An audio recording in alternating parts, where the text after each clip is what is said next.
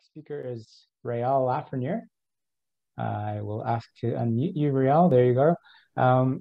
Okay, so Rheal, probably don't really need to introduce Rheal. I know everybody knows who he is. So Rheal will be giving his Provincial Apiarist report for 2020. Take it away, Rheal. Thanks again for inviting me to this meeting. I typically give a Provincial Apiarist report, so what I'm going to be presenting is fairly typical for an annual general meeting. I'm going to kind of do a synopsis of the year that just passed, 2020.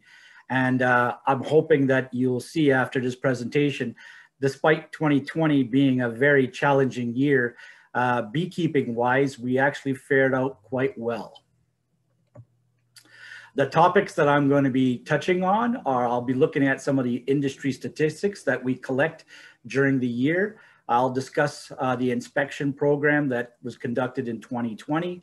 And I'll also touch on some of the emerging honeybee pest issues that we have to keep an eye on for next year and future years as well. So in terms of industry statistics and the number of beekeepers in Manitoba, we do an analysis of the information that we collect throughout the year, but we do conduct surveys to try to determine how many colonies we have in the province. And we actively go through our database trying to update the number of active beekeepers in the province. And the way we do this is we use the survey information as well as the information collected by the bee inspectors when they go out or contact a beekeeper. If they identify somebody that's no longer keeping bees, we can continue to update the database. So based on that, in 2020, we estimate that we have approximately 914 beekeepers, which is really not that much more than last year, but I will say that there was a lot of change going on. Most of it was being collected through our inspection program, where a lot of beekeepers that started 5 years ago, and many of them were small beekeepers, are now indicating that they're no longer in bees. So even though we still continue to get a lot of new beekeepers coming into the industry, we are starting to see some exodus as well too. We're starting to see some beekeepers that are now leaving the industry. Some of them only leave for a short period of time, and maybe because they had high winter loss, and other ones are leaving because they've decided that beekeeping is no longer for them. If we look at the trend over the last 10 years, we have definitely seen a dramatic increase in the number of beekeepers in the province. And, you know, we're getting close to doubling the numbers we had in 2010. So this trend has continued on for quite a while. But if you look at the kind of the last 2 years, I'm expecting to see this continue where the increase is going to be a lot less dramatic than it was, you know, 5 years ago. So I think we're starting to see a plateau forming in the number of beekeepers in the province. When we look at the actual colony numbers, and again, this is collected through the same information I mentioned before, the surveys and the inspector results, we also see that we're continuing to see a slight increase. And this year was only about an increase of about 4,000. I would attribute most of that to just starting to update our database, where our inspectors are contacting, you know, beekeepers, commercial and hobby beekeepers, and getting accurate numbers of the number of colonies that they're running. If you would have asked me, you know, last year, I would have said we were definitely starting to reach that plateau, but I think it's still safe to say that the growth of the industry at this point is starting to slow down and plateau. And when compared to, again, 10 years ago, you know, we're probably closer to 1.5 times the number of bees we had in 2010.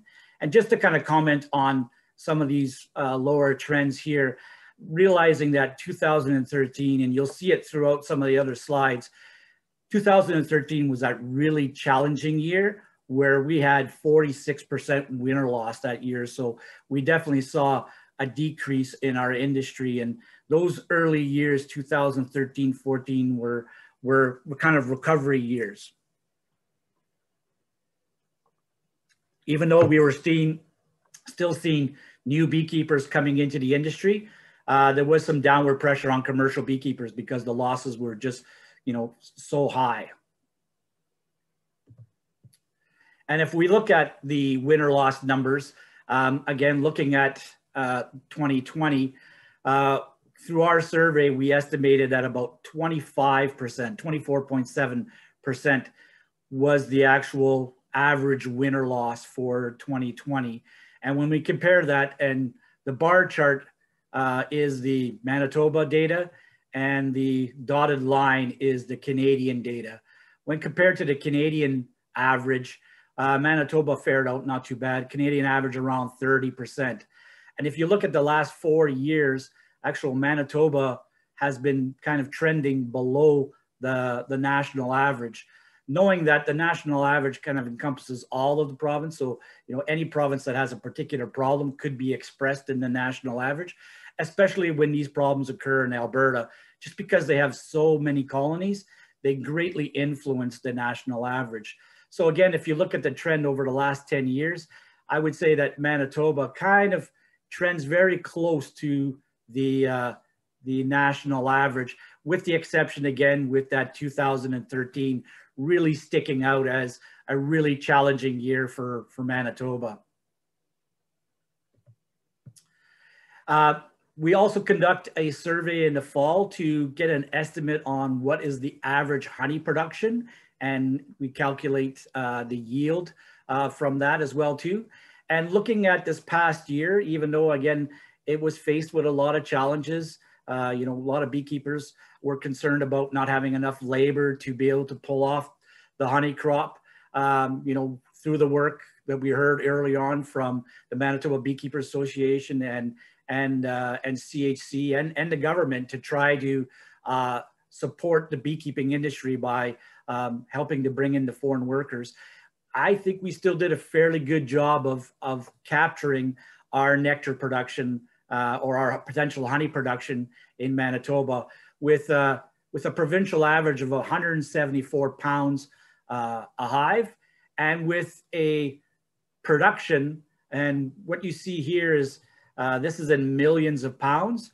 We actually surpassed the 20 million pound production mark, which has kind of eluded us for a while. And we've kind of been hovering around that 20 million pounds, you know, something 17 or 18 million. But this year we surpassed that, closer to 21 million. And if again, you look at the 10-year average, we've definitely had a rise in our overall production of honey. A lot of it attributed to now being that we have a lot more colonies in the province than we had in 2010. But you can see that there is some variability in our production. And, you know, we have some a little more challenging years at less than 150 pound average. But generally, we're kind of in that 160 to 170 range. And if you look at the actual kind of 10-year average, in Manitoba, we could say our 10-year average is around 170 pounds, which is fairly good. I think the only province that is probably outdoing this in yield per colony is Saskatchewan. In terms of the honeybee inspection, we did have a fairly challenging year at the beginning, where we knew that we were going to be trying to support you know, the restrictions for inspection based on COVID. So we were, even though we kind of say our inspection priority list is a mandatory list, we were working through the consultant.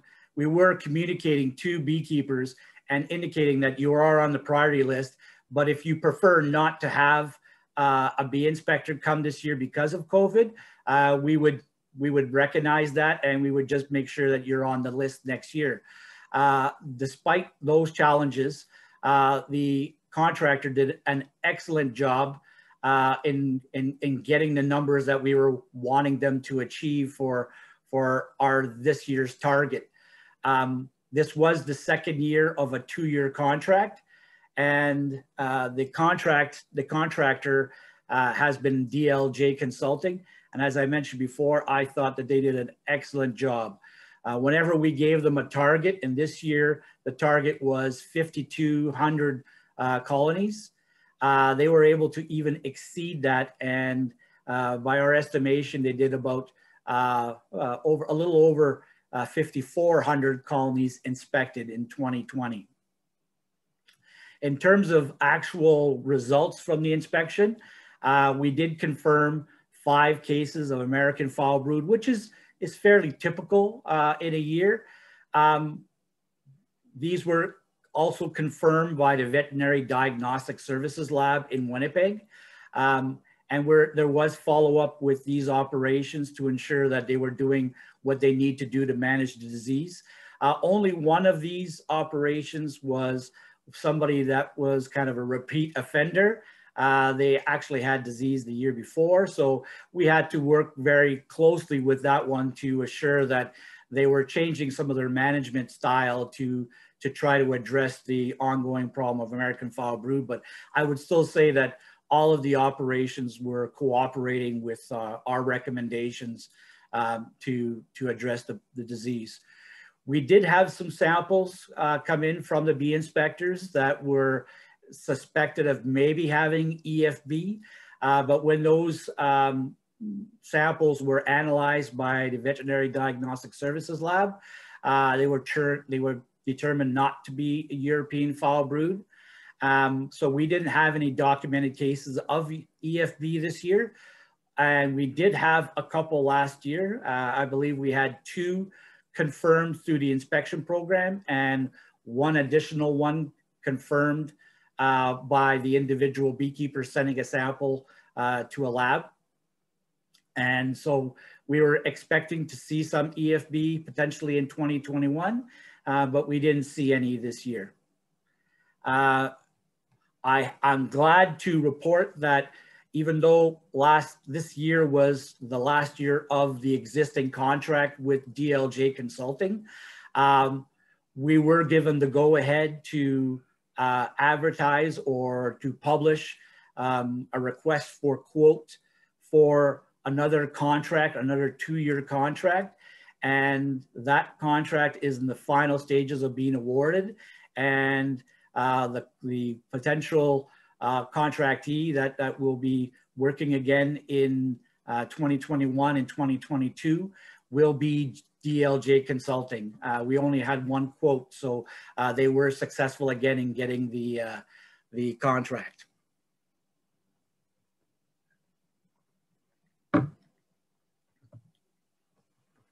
As I mentioned, the inspection results, this is a little bit of a busy slide, so please bear with me. The bar graph is actually the numbers of inspected colonies we did during the year.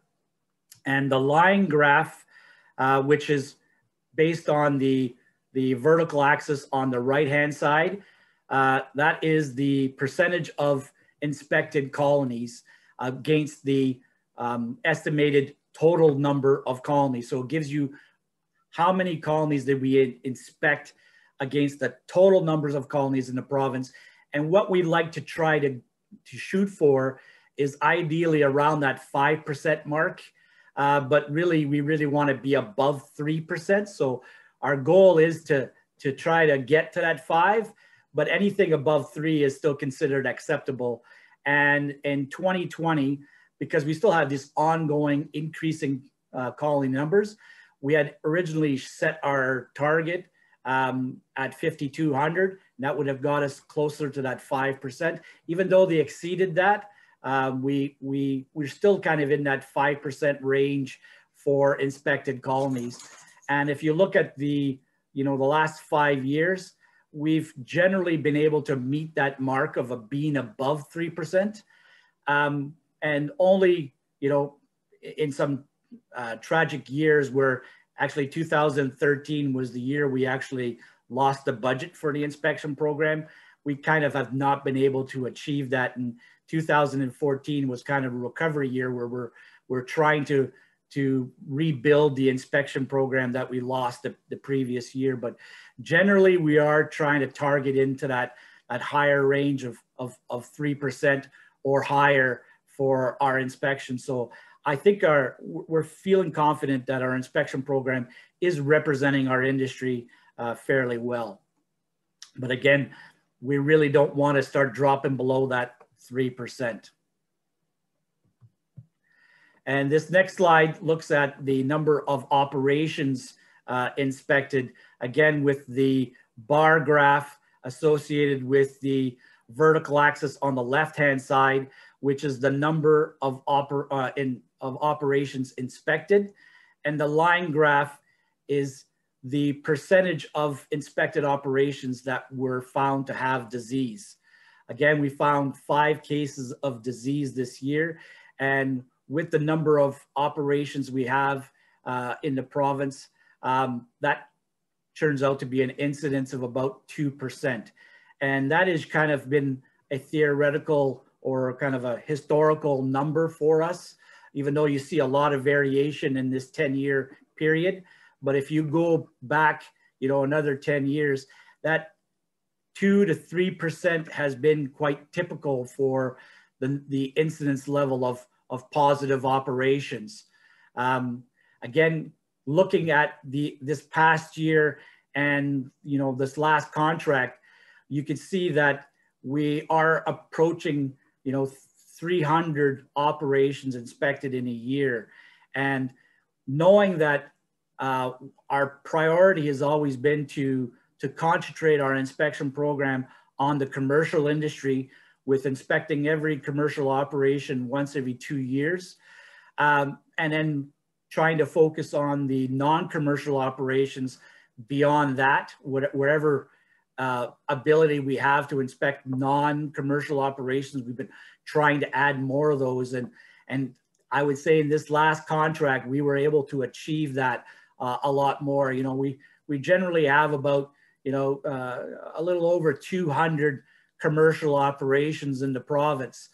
So when you're approaching 300, we are starting to take a decent bite out of inspecting some of our non-commercial operations. So we hope to continue this into the future, where we're starting to look at all of the operations in the province and assuring that, you know, there isn't a buildup of disease risk in our non-commercial operations, where if we can inspect them regularly and catch disease early for them, it will also help them become better beekeepers, but it'll also pose a lot less risk on our commercial industry as well. In terms of emerging problems or things that we have to keep our eye on, small hive beetle is continuing to be becoming more endemic in Canada, with reports of beetles in hives in 3 provinces, Ontario, Quebec, and New Brunswick. And these provinces have seen, you know, basically beetle finds on a regular basis, on an annual basis.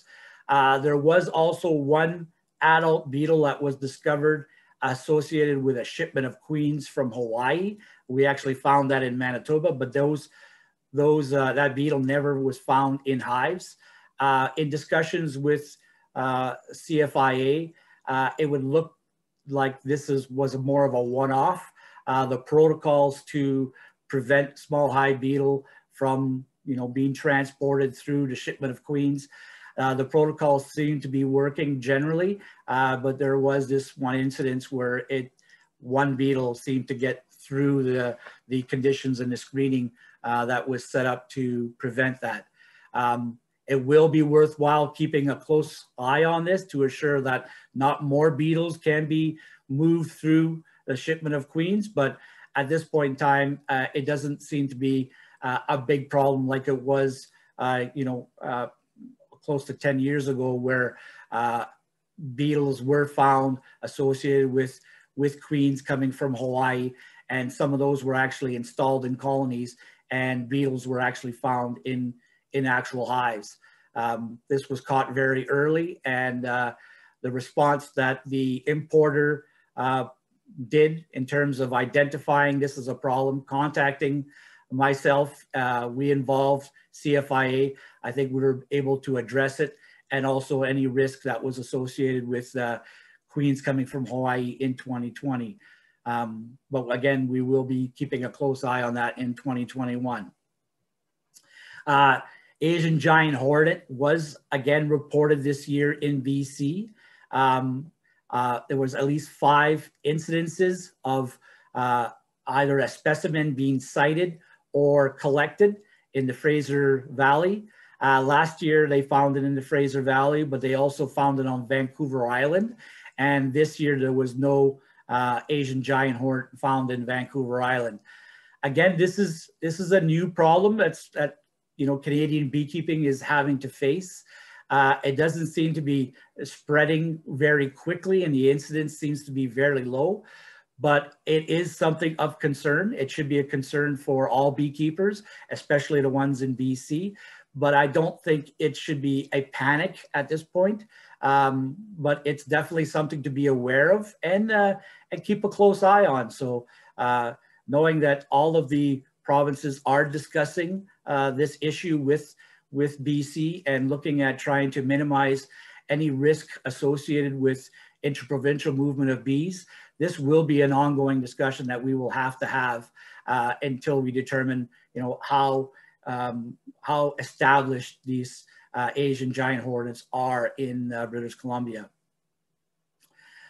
European foul brood was reported in several provinces this year, and it seemed to be on a rise in many of the provinces that have had issues with it in the past. Most notably Alberta. The incidence of European foul brood in Alberta was definitely on the rise in 2020. There's also comments that in many of the cases, the European foul brood found is considered or being categorized as atypical.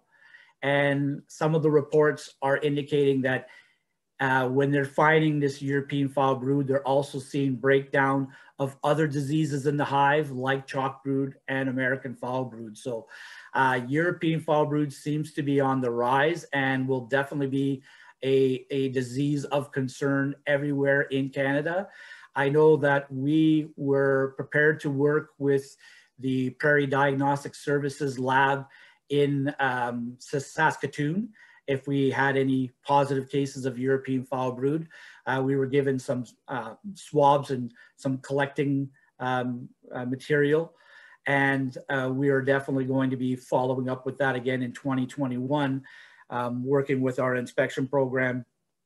And I believe the KRTP is also going to be being prepared to take some of those samples if they find it when they're doing their monitoring program. So EFB is definitely something to be very concerned about. If you see any abnormalities that kind of resemble EFB, I strongly encourage all of you to take a picture of it.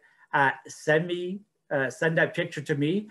If it definitely looks suspicious, I will coordinate with you to get a sample submitted, knowing that if you submit a sample, a producer submitted sample, doesn't automatically put a mark on your disease history. It may trigger an inspection. So if you find it, you report it, we may want to send an inspector to see how bad it is. But if it's a low incidence, then this will not show up on your permanent record. Like we track all diseases in our disease history database. This will just trigger an inspection. We have to set the line of regulating diseases at a certain level. And our line is an inspector finding clinical symptoms of either AFB or EFB before it goes into your permanent disease history. And with that, I hope I left enough time for questions. Thank you, Rheal. I will open it up for questions. If you have any questions, please use the raise hand function or type your question in the chat. I'll just comment on Amro's beard. I'm glad to see another Holstein cow kind of look on your beard. I find myself losing a little bit of my black and the white is taking over. So I think I'm slowly turning into a Charlet. Okay, Rheal, there is a couple questions in the chat now, and Ian has his hand raised. The first question in the chat, how was that the small hive beetle infestation eradicated back when it was found in Manitoba? The incidences that we had in our past history with small hive beetle have always been fairly small. I'll just use a couple examples with regard to our last incidents where we believe the small hive beetle, basically migrated across the border.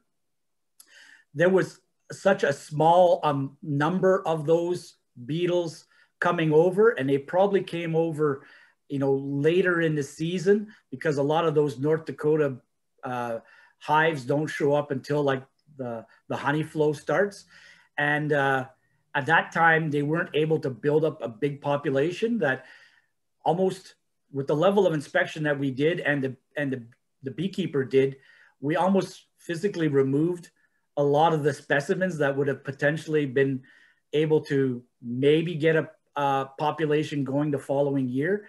And with our winter conditions, the following year, we couldn't find any signs of them. So our environment just doesn't seem to be suitable for developing a population of small hive beetle when only a small number of beetles are successful in coming over.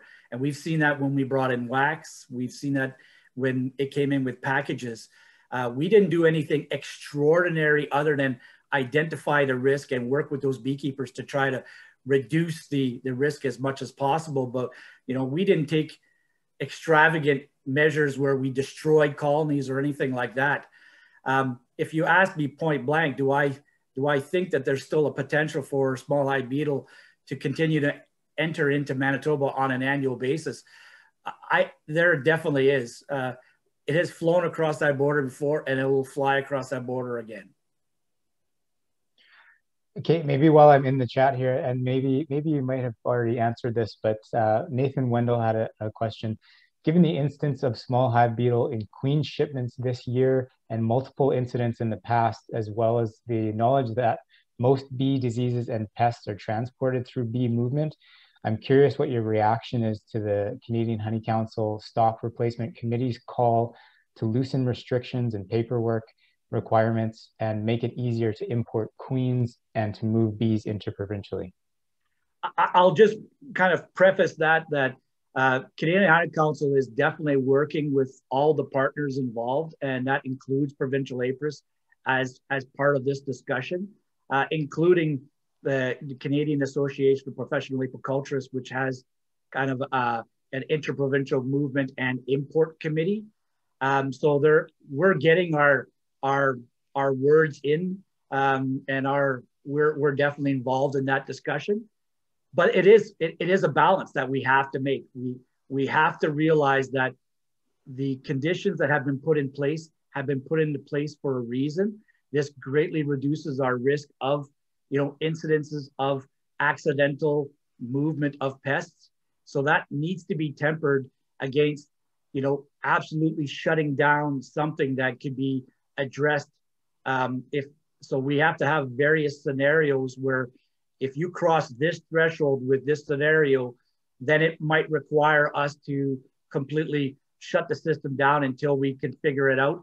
Or if we know that scenario doesn't cross a threshold, it needs to be addressed, but it doesn't cross that threshold, then we can kind of continue to maintain, the movement. And I just will quickly just use the example of finding that one adult beetle in that shipment of queens that came from Hawaii. Once that beetle was found, we inspected every single cage in that shipment, and we inspected every single cage after that shipment from that supplier. So we were able to put a level of inspection to help validate whether there was an ongoing risk or whether it was, addressed by simply eluding or making the concern known to the supplier to double down on making sure they're following their protocol. So I'll leave it at that, but that is definitely something that we all need to be aware of that. We need these conditions in place, but we need to scrutinize them to make sure that they're effective, but they're not impacting market. We can find that balance. Okay, thanks very much, Rheal. I don't see any other questions in the chat.